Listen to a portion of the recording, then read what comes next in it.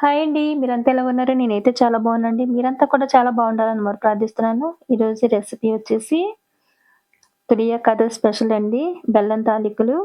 ఆంధ్రాలో అయితే హారది అంటారండి.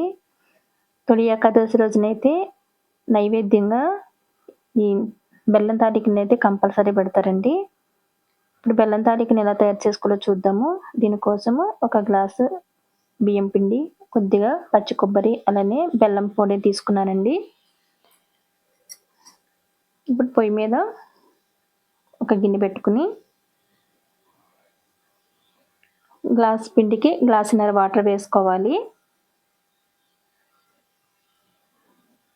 ఇందులోనే ఒక చిటికెడు సాల్ట్ వేసుకోవాలి.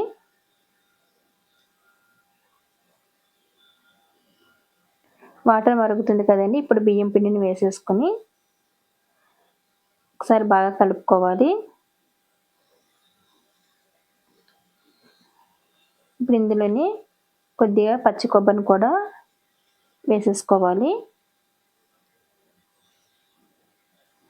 ఒకసారి బాగా కలుపుకోవాలి.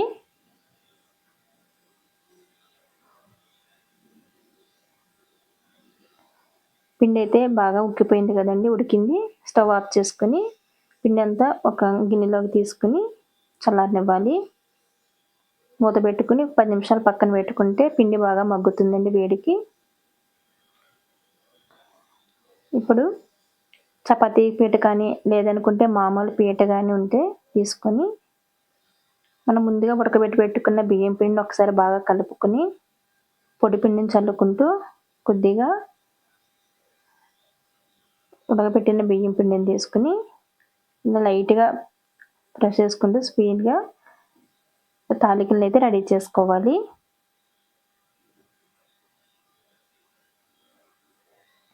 వీడియో నచ్చితే లైక్ చేయండి, షేర్ చేయండి, సబ్స్క్రైబ్ చేసుకోండి.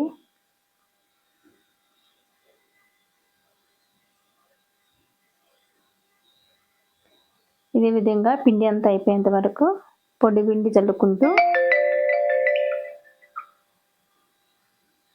తాలికలను అయితే రెడీ చేసుకోవాలండి.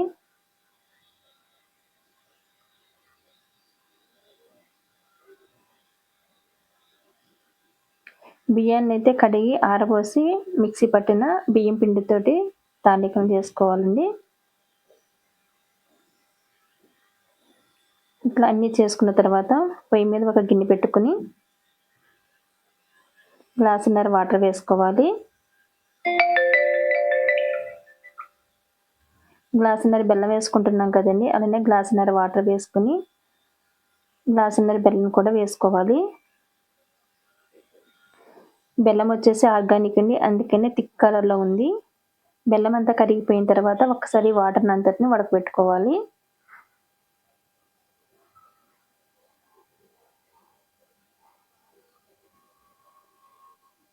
ఇప్పుడు ఈ వాటర్ని మళ్ళీ పొయ్యి మీద పెట్టుకుని ఉడకనివ్వాలి.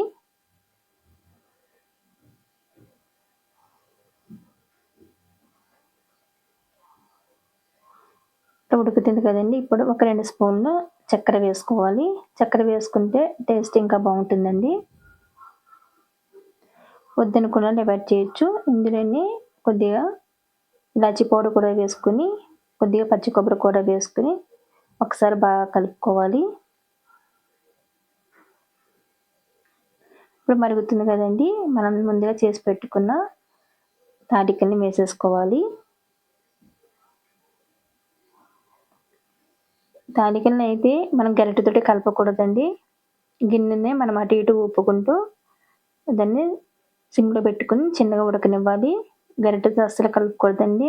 గరిటెతో కలిపామంటే మొత్తం విడిపోయి పిండి పిండి అయిపోతుంది.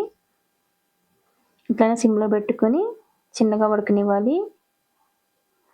గిన్నెని అటు ఇటు కదుపుతూ ఉడకనివ్వాలి.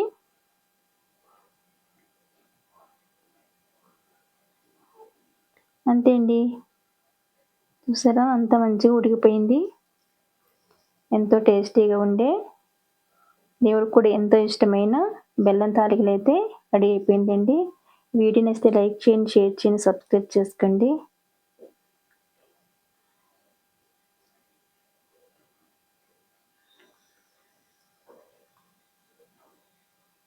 Thank you for watching.